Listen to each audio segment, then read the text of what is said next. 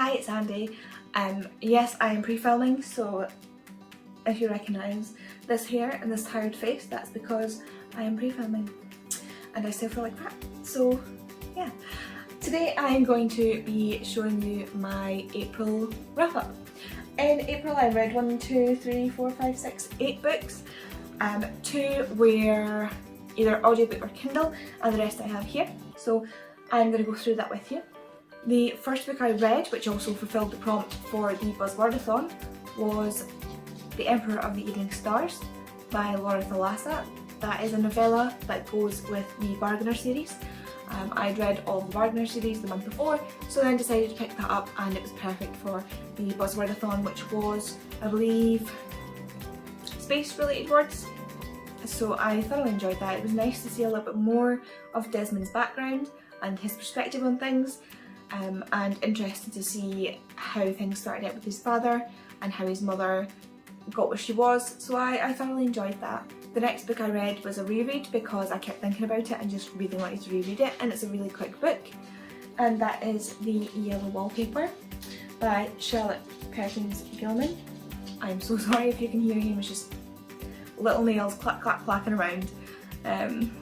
He's not happy because I'm not feeding him 45 minutes early, and he's in a huff, so now he's going to pace around the kitchen. So yeah, The Yellow Wallpaper follows a woman who is suffering from a sort of depression, mania sort of disorder, and her husband, who is a doctor, decides to take her away somewhere in the country and give her some fresh air and scenery and allow her to rest to make her feel better, because, you know, that's what they did back in 1892. So they are in this gorgeous massive house, and they have decided to, her husband has decided they will be staying in this top floor room. I don't know if it's an attic room, and it used to be a nursery, and it has this horrific yellow wallpaper with a pattern that begins to drive her mad, and you just see her starting to get more and more mad until it twists at the end, and I never saw it coming, and I actually exclaimed out loud the first time I read this when the twist happened. It's a very, very short book. I think the audiobook is only something like 35 minutes, and I listened to that on 2x speed, so it didn't take very long at all. But I love this book. This is probably one of my favourite books of all time now. It just, there's so much that goes into it. I could talk about it for ages, so I'm going to put it down now. The next book I read was an audiobook, and that is Will My Cat Eat My Eyeballs? I think the tagline is Big Questions from Tiny Humans, and that is by Caitlin Doty, and she is a mortician, and she has a YouTube channel called Ask a Mortician, but she also does other things, talks.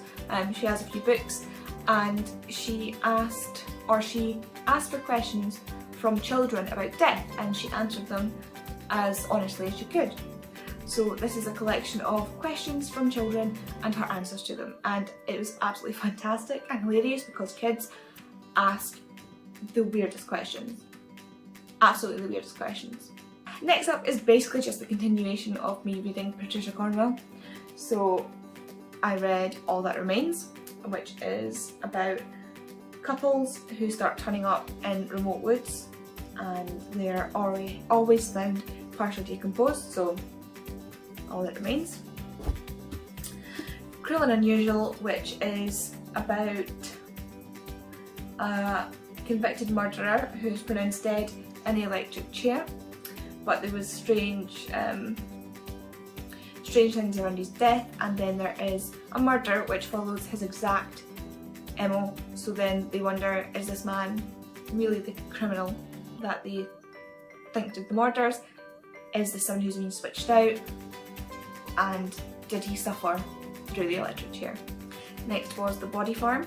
This follows the same murderer, so the one they discover in the book before, and it's a death of an 11-year-old girl, and she finds a mark on her back, I believe, and employs the brains of the body farm to help her figure out what it is. The body farm in America is literally a body farm. They have this massive area that has marshlands, it has dry lands, it has buildings, cars, wheelie bins, anything you can think of where a body might be found, they have it. And they will take donations of people's bodies and they put them in these scenarios. So they might be bury one, half bury one, leave one out in the open, put them inside, put them in the cold, put them in the heat, just to see how they decompose. So that when forensic scientists look at bodies that they found from real murders, they can refer back to the body farm and they can guess then more accurately how their body is decomposed due to the weather, how long they've been dead.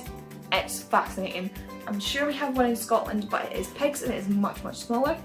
And I would be so interested to go to either of them because, if you don't know, I have a forensic science degree and this is what inspired that mostly. The next book I read was from Potter's Field. Now Potter's Field is basically where they bury bodies when they don't know who the person is. So usually people who are unidentified because they are unrecognisable, or they are usually homeless people who nobody cares to come and identify.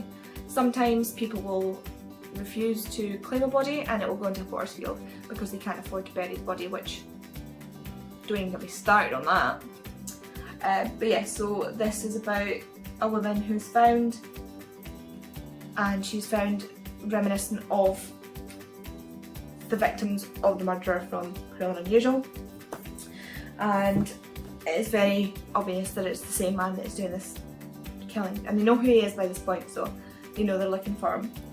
So they have to go to New York, and you add another aspect of that into it in the New York forensics as well. Yeah, so it's fantastic. I love this. And the next one, and the last one that I read in April, is Cause of Death. Again, by Patricia Cornwell. I'm just rereading all of these books. This is about a diver and investigative journalist called Ted Eddings. He is found in full scuba gear, submerged in the water, about 300 feet down? No, 30 feet down? Probably 30 feet down. In a port that is owned by the Navy that he's not supposed to be in. Everybody wants to rule it out as a drowning case, but our protagonist, Kay Scarpetta, is not so sure it's a clean and simple death by drowning. So yeah, the hunt is on to find the cause of death. One thing I love about Patricia Cornwell's books is that the title always gives you a little indication as to what is going on and what it's going to be about. So Trace focuses on trace evidence, Body Farm obviously focuses on the body farm, you've got Predator, which focuses on a database that's being compiled about different offenders and how they work, etc, etc. And yeah, so I love that about it. Okay, so that's the end of the video. That is all the books I read in the month of April. Hopefully I have as successful a reading month in May. Here's hoping. That was 8 books and I'm really happy with that. I did start more books but I've not finished them yet, or I DNF'd them. So yeah, hopefully I will have just as good a reading month in May, and I will see you in the next video.